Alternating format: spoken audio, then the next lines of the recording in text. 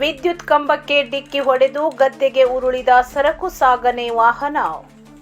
ಹುಬ್ಬಳ್ಳಿಯಿಂದ ಸಿರ್ಸಿಯ ಕಡೆಗೆ ಬರುತ್ತಿದ್ದ ಸರಕು ಸಾಗಣೆ ವಾಹನವೊಂದು ನಿಯಂತ್ರಣ ತಪ್ಪಿ ವಿದ್ಯುತ್ ಕಂಬಕ್ಕೆ ಡಿಕ್ಕಿ ಹೊಡೆದು ಗದ್ದೆಗೆ ಉರುಳಿದ ಘಟನೆ ತಾಲೂಕಿನ ದಾಸನಕೊಪ್ಪ ಬನವಾಸಿ ರಸ್ತೆಯ ಕಲಕರಡಿ ಗ್ರಾಮದ ಸಮೀಪ ನಡೆದಿದೆ.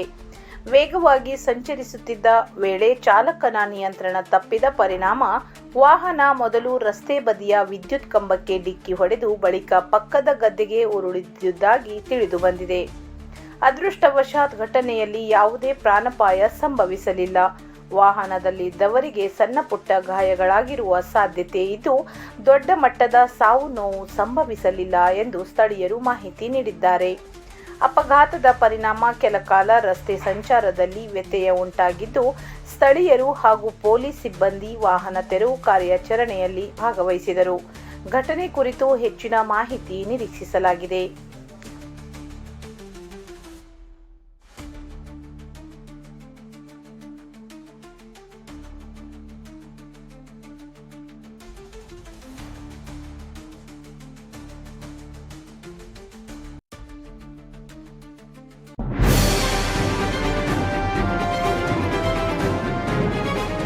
ಇದು ಖಾಲಿ ಡಿಜಿಟಲ್ ವಾಹಿನಿ, ಸತ್ಯ ಮತ್ತು ಸ್ಪಷ್ಟ ಸುದ್ದಿ.